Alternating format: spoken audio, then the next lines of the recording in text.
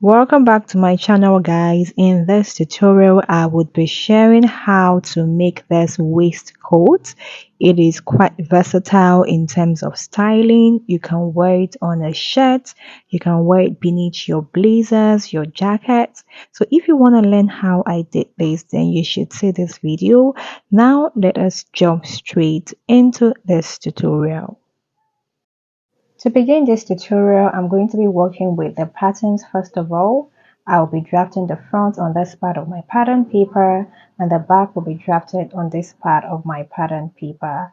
I left some pattern paper before drafting out the front, and that is because there will be an overlap on this jacket. This line right here signifies where my center front is, so that's where all of my pattern would be starting from. To move on, I'm going to be placing my vertical measurement. So here I'm just going over to place a quarter of the bust measurement on the chest line.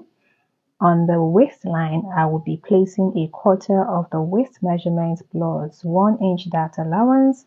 And on the hip line, I will be placing a quarter of the hip measurement. The length of this jacket is about 24 inches. After connecting all the points together, I would proceed to draw in my armhole. After that, I would now draw in my dart.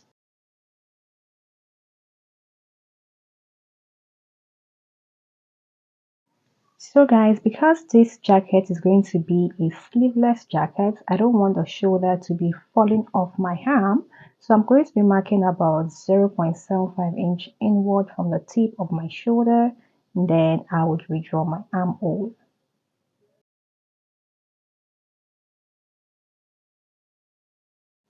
After that is done, I will be getting the midpoint of my new shoulder slant. I will connect the midpoint to my dart.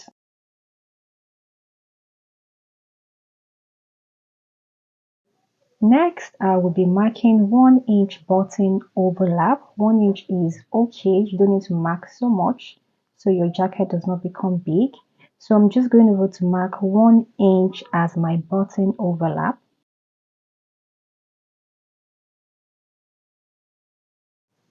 To determine my breakpoint, this line right here is my chest line.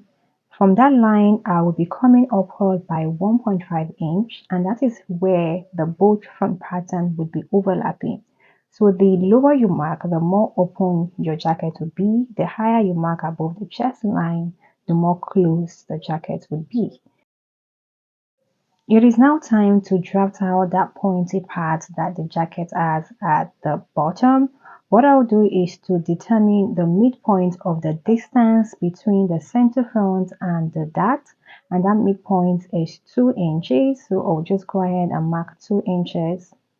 From there, I will be coming downward by about another 2.25 inch. I'll connect it to my center front in this manner. I will also smoothen it to the side front in this manner. And this is how I was able to achieve the pointy part that this jacket has. Right here I have my center front, and right here I have my side front. The back part of this jacket is pretty simple. What I'm going to do is to mark all of my vertical measurements. I'm placing my bust measurement, my waist measurement plus dart allowance, and also a quarter of my hip measurement. Apologies that you cannot see the entire back pattern. I didn't know that my camera was not in focus. So what I will do next is to take in the shoulder as I did for the front, and then I will just draw in my armhole directly.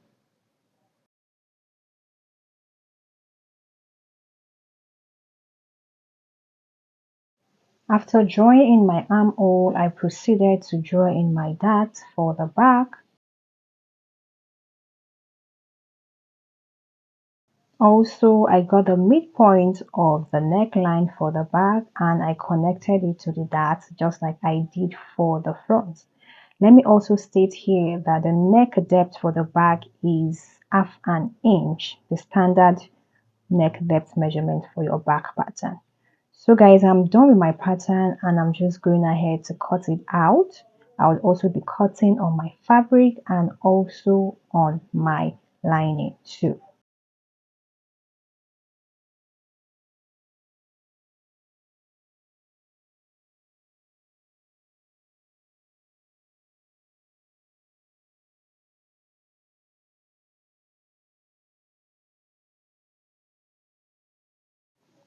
These are all of the pattern pieces I will be working with. I'll be cutting them on both the lining and the fabric. As for the center front, I'll be cutting it on the main fabric. I'll be using the main fabric for the lining also. So guys, I am done cutting and here are my fabric pieces. I've got the center front, the main fabric and the lining. I have also got the side front, the main fabric and the lining. Here is my center back and I also have the side back. I equally cut out lining for the back fabric piece. To proceed with the sewing, I would be starting with the front. First of all, I will be joining both the center front and the side front together. I will be repeating likewise for the lining too. And also for the back fabric piece, I will be joining both the center back and the side back together. And this is what it looks like after joining. That is my back and this right here is my front. This is one part of the front and I've got the other part of the front. What I'll do next is to join both the front and the back together along the shoulder only for now. I would also be repeating likewise to the lining. I am done with that process I just illustrated and this is what my jacket is looking like. I've also got my lining here and this is what the lining is also looking like. What I will do is to turn the fabric with the lining. To do this, I will be placing right sides against each other, making sure they match up appropriately. Then I will proceed to my sewing machine to turn it all around the opening, all around the opening from one end to the other end. I will also turn it around the neckline, around the hem, and a little bit around the side just to give this a clean finishing. After sewing guys, this is what I have. This is what my jacket is looking like. Just in case you are wondering how I was able to turn this to the right side, I left a small opening here and that enabled me to turn this fabric from the wrong side to the right side. So what I'll do next is just to close this up by doing a top stitch and it will give this a perfect finish. Afterwards, I would also place right sides of the jacket against each other so that I can join it together by the sides. I am done joining and here I am just putting finishing touches on the jacket. Here I am fixing my buttons and I just thought to show us the behind the scene process of me fixing the buttons.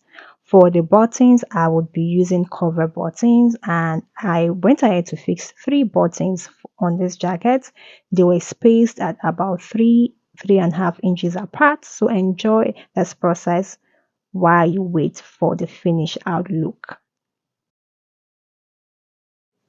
After fixing my buttons, this is what my jacket looks like. It looks so beautiful and so simple. If you found this tutorial helpful, kindly give it a huge thumbs up. If you haven't subscribed, please click on the subscribe button and I will see you guys in my next video. Goodbye.